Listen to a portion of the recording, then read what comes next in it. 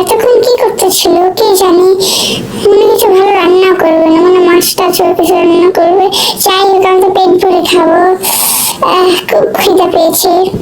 সকাল থেকে কিছু খাই নাই, কারণ বান্ধবী বাসা যা পেট ভরে খাবো।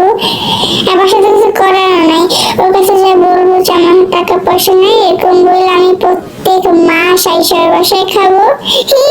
আর আমি আমার সব টাকা জমাতে থাকবো, আস্তে আস্তে আমি পৃথিবীর নাম্বার 1 ধনী মেয়ে হয়ে যাবো। মানে আমার বাসা আসতেছে, উল্টা আমারে অর্ডার দেয় যে ভালো কিছু রান্না করতে। উল্টা ওনার খাবার কিনে নিয়ে আসা উচিত, উল্টা আমারে কয় রান্না করতে।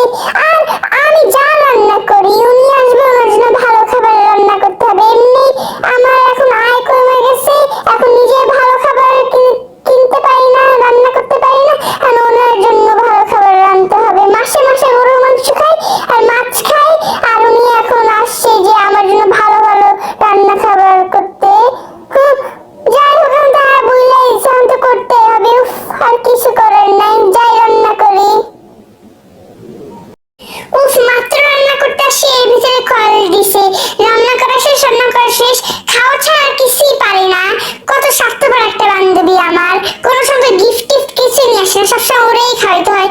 আর বাসায় আসলে কত খায়, মানে পুরো মোটুদের মতো খায়, মানে কোনোদিন কিছু খায় নাই। ও মনে সবসময় আমার বাসায় খাওয়ার জন্য আসে, কারণ নিজের টাকা খরচ করতে চায়। নেক্সট টাইম হ্যাঁ বলবো, নেক্সট টাইম বলবো আমি বাসায় নাই। আমি যাক, কি করে কি রান্না করবো, ছোট মাছ রান্না করি আর ভাত রান্না করি।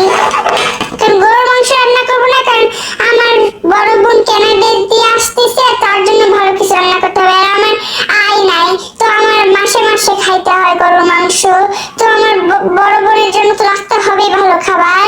আমি যাই রান্না করি।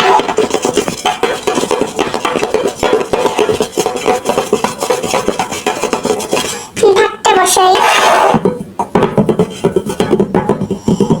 যাই একটু বসি, ভাত বসাতে বসাতে জিনিসপত্র করতে করতে আধা ঘন্টা হয়ে গেছে। যাই, হয়ে গেছে হয়ে গেছে। হ্যাঁ নামা, এখন বান্ধবী একটা কল দিয়া জানাই যে হয়ে গেছে, দেখি কি বলে।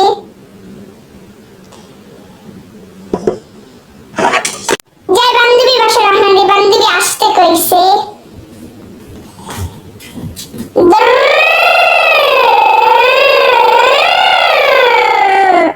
এটা আসছে পড়তে, এখন ভিতরে যাই।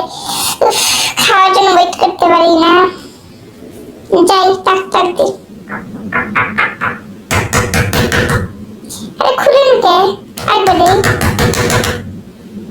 আরে আরে বান্ধবী, আমি হয়তো খুলছে।